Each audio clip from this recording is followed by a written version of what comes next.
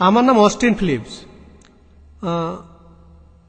আপনার কাছে আমার অনেক প্রশ্ন আছে, তবে হাতে সময় কম, তাই আমি সবচেয়ে ইম্পর্টেন্ট প্রশ্নটাই করছি। আমার সেই প্রশ্নটা হলো এইরকম যে ইসলামে যীশুখ্রিস্ট সম্পর্কে বলা হয়েছে, ইসলাম মানে যে যীশুখ্রিস্ট নবী, এটা মানে না যে তিনি ক্রুসিফাইড হয়েছিলেন আর তার মৃত্যু থেকে জীবিত হয়েছিলেন, কিন্তু এটা মানে ঈশ্বর তাকে তুলে নিয়েছিলেন, যীশুকে ঈশ্বর তুলে নিয়েছেন। অনেকটা এরকমের, এটা বলে না যে মোহাম্মদকে ঈশ্বর তুলে নিয়েছেন, বোধহয় আমার কথা ঠিক। অনেকেই আমাকে বলেছে মোহাম্মদকে ঈশ্বর তুলে নেননি, কিন্তু যিশুকে তুলে নিয়েছেন। আমার এক মুসলিম বন্ধু আমাকে বলেছে যে ইসলাম মানে যিশু কুমারীর গর্ভে জন্মেছিল আর পবিত্র আত্মা তার জন্মের কথা বলেছিল, তিনি প্রকৃতভাবে জন্মাননি। এখন এতে প্রমাণ হয় যে যীশু খ্রিস্ট যদি ঈশ্বর নাও হন, অন্ততপক্ষে মোহাম্মদের চাইতে বড়। এখন এটা আপনারা কেন মানেন না? আপনারা মোহাম্মদের কথাগুলো মানেন, আপনারা যীশু খ্রিস্টের কথা মানেন না কেন, যেগুলো বাইবেলে বলা হয়েছে?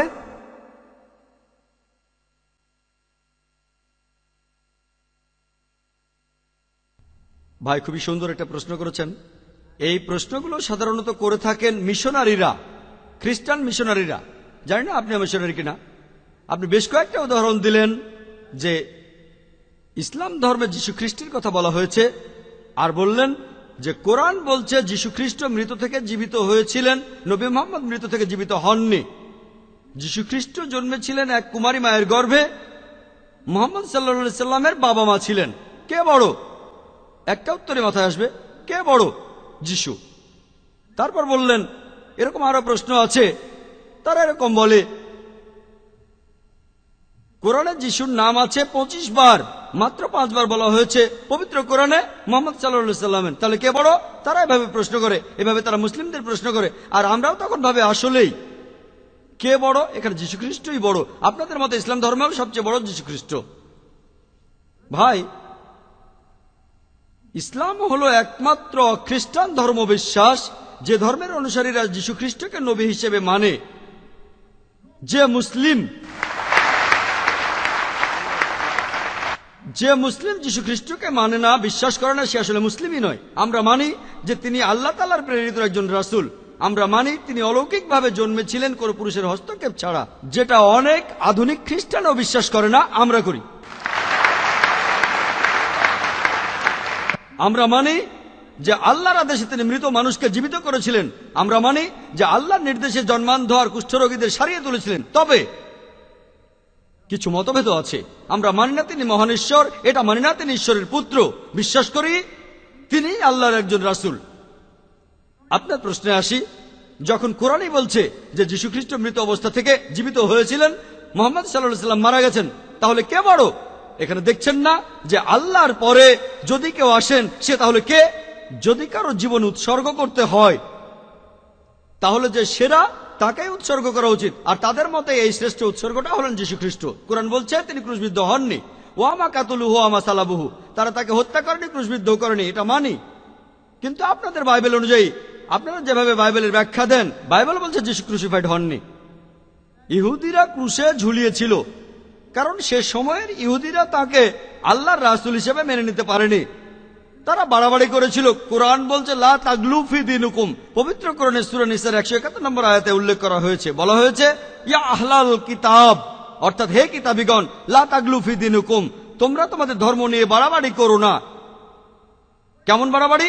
দুই রকম। ইহুদিরা বলে যিশুর দাবি মিথ্যে, আর খ্রিস্টানরা বলে যিশু হলেন মহান ঈশ্বর। বাড়াবাড়ি।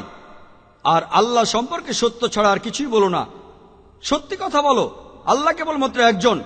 তার পুনরুত্থানের ব্যাপারটা নিয়ে একটা ভুল ধারণা আছে। দ্বিতীয়বার যখন আসবেন নতুন কোনো নির্দেশ দেবেন না।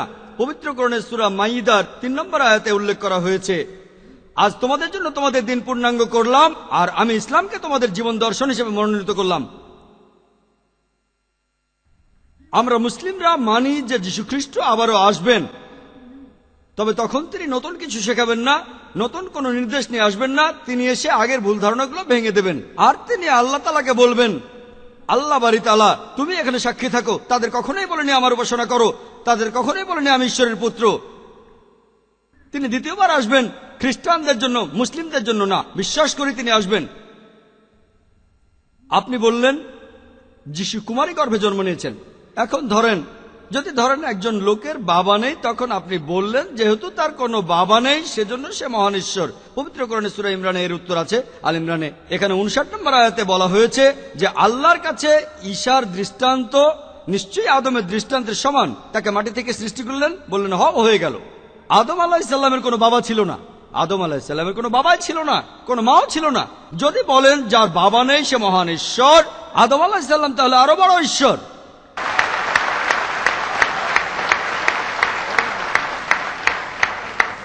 বাইবেল বলছে, কোরআন না, বাইবেলে এই কথা বলছে। বাইবেলে এমন আরেকজন মানুষের কথা বলছে, রাজা মেলকিজেদেক। রাজা মেলকিজেদেক, তার পূর্বপুরুষ নেই, বংশধর নেই, শুরুও নেই, শেষও নেই। তিনি তো তাহলে আদম আলাইহিসসালামের চেয়ে তো বড়।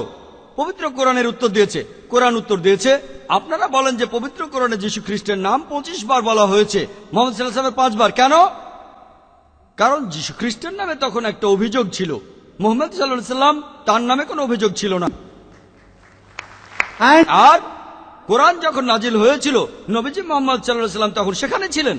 তাহলে উপস্থিত কাউকে বোঝাতে গেলে বলবো তিনি, সে, হে নবী, হে রাসূল, সবসময় তার নাম নিতে হবে না। কিন্তু যদি এমন কারো কথা বলি যে এখানে নেই, তাহলে তার নাম উল্লেখ করতে হবে, মিস্টার XYZ। যেহেতু কোরআন নাজিল হওয়ার সময় যীশু খ্রিস্ট সেখানে ছিলেন না, তার নাম উল্লেখ করা হয়েছে।